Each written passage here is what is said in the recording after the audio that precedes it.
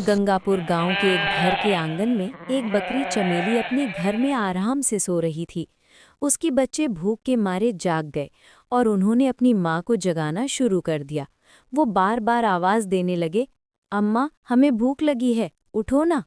चमेली को ये बिल्कुल अच्छा नहीं लगा कि उसे इतनी सुबह जगाया जा रहा है और उसकी नींद खराब की जा रही है। उसने बच्चों से कहा कि वो सो जाएं, मगर बच्चे जिद पर उतर आए क्योंकि उन्होंने पिछली रात भी कुछ नहीं खाया था। आखिरकार चमेली को नापसंदीदगी के बावजूद उठना पड़ा। वो बड़बड़ाने लगी कि ये बच्चे उसे चैन से सोने भी नहीं देते। पिछली बार जैसे तैसे जंगल से खाना मिल गया था, मगर अब वहाँ के जानवर इसे कुछ देने को तैयार नहीं थे। वो परेशान हो गई कि अब खाना कहाँ से लाए। इतने में उसे दूर एक बड़ा सा बाग नजर आया जिसमें बहुत सारे फलों के दरख्त थे। वो खुश हो गई और सोचने लगी, चलो यहाँ से कुछ फल ले लेती हूँ। जैसे ही वो फल तोड़ने लगी, एक बैल ने उसे रोक लिया। बैल ने कहा, ये फल खैरात में नहीं मिलते, अगर फल चाहिए तो कीमत देनी पड़ेगी। चमेली के पास पैसे नहीं थे। उसने बैल से रहम की अपील की और अपनी हालत सुनाई। बैल को उस पर तरस आया और उसने कहा, अगर तुम रोज बाग में पानी दो और निगरानी करो तो मैं तुम्हें रोज खाना दे दूंगा। मगर चमेली ने साफ इनकार कर दिया और वहां से चली गई। आगे चलकर उसके पांव दुखने लगे। वो थक चुकी थी। कहने लगी, थोड़ी सी खुराक के लिए इतना चलना पड़ता है। फिर उसे एक इंसान का घर नजर आया जहां दो बकरियां आंगन में घास खा रही थी। चमेली ने सोचा, ये तो मेरी ही कौम की बकरियां होंगी, जरूर कुछ खाने को देंगी। मगर जब वो उनके पास पहुंची तो उन्होंने कहा, यहाँ मुफ्त में खाना नहीं मिलता, हमें तो रोज मालिक को दूध देना पड़ता है, तब जाकर खाना मिलता है। इतने में घर का मालिक हरिया आया। उसने पूछा, कहाँ से आई हो बकरी? चमेली ने बताया, मेरे बच्चे भूखे हैं, मुझे खाने की जरूरत है। हरिया ने कहा, अगर तुम दूध दो तो तुम्हें रोज अच्छा खाना मिलेगा। मगर चमेली ने इनकार कर दिया और वहां से भी चली गई। कुछ आगे जाकर उसे एक खेत नजर आया जो खाली था और वहां बहुत सारी फसलें थीं। चमेली ने सोचा, यहाँ से तो मुफ्त में खाना मिल जाएगा। उसने मौके का फायदा उठाया, खूब पेट भर के खाया और बच्चों के लिए भी फसल तोड़ ली। खाने के बाद वो एक दरख्त के नीचे सो गई। कुछ देर बाद खेत का मालिक चमन आया। उसने देखा कि किसी ने फसल चुराई है। वो गुस्से से चमेली को दरख्त से बांध देता है और चोरी का इल्जाम लगाता है। चमेली रहम की अपील करती है, मगर चमन का दिल नहीं पसीजता। वो घर के अंदर चला जाता है और चमेली 3 दिन तक भूखी प्यासी बंधी रहती है। उधर उसके बच्चे घर में बैठे अपनी माँ का इंतजार कर रहे थे।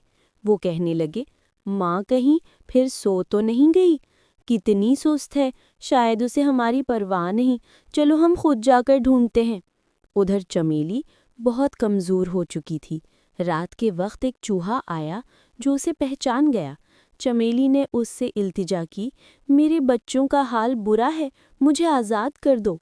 पहले तो चूहा इनकार करता है, मगर जब चमेली उसे गणपति बप्पा का वास्ता देती है तो वो रस्सी काटकर चमेली को आज़ाद कर देता है।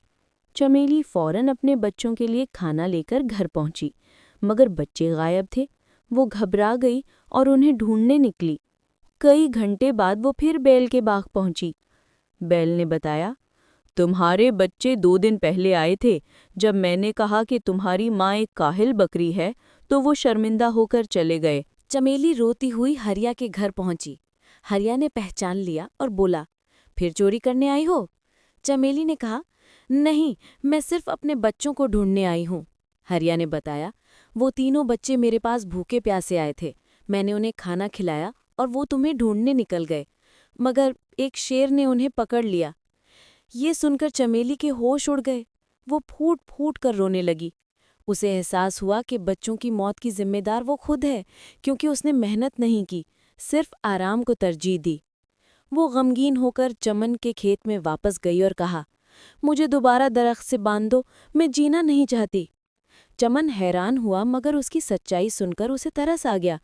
उसने कहा, मैं सज़ा नहीं देना चाहता। चमेली बोली, अगर सज़ा नहीं दोगे तो मैं खुद मर जाऊंगी। इतने में पीछे से आवाज आई, अम्मा!